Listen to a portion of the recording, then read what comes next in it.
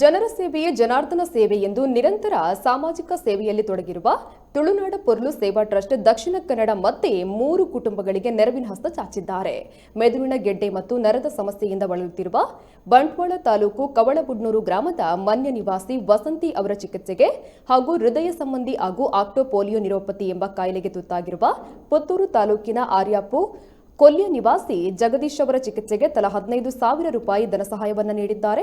ಇಷ್ಟೇ ಅಲ್ಲದೆ ಬಂಟ್ವಾಳ ತಾಲೂಕಿನ ಕರ್ಪೆ ಗ್ರಾಮದ ಶಾಂತಿಲಾ ಬಡ ಕುಟುಂಬದ ಸಂಜೀವ ಮತ್ತು ಲಲಿತಾ ದಂಪತಿಗಳ ಪುತ್ರಿ ಸೌಮ್ಯ ಇವರ ವಿವಾಹವು ಜನವರಿ 3ರಂದು ನಡೆಯಲಿದ್ದು ಇವರಿಗೆ 10,000 ರೂಪಾಯಿ ಧನ ಸಹಾಯವನ್ನು ನೀಡಿದ್ದಾರೆ.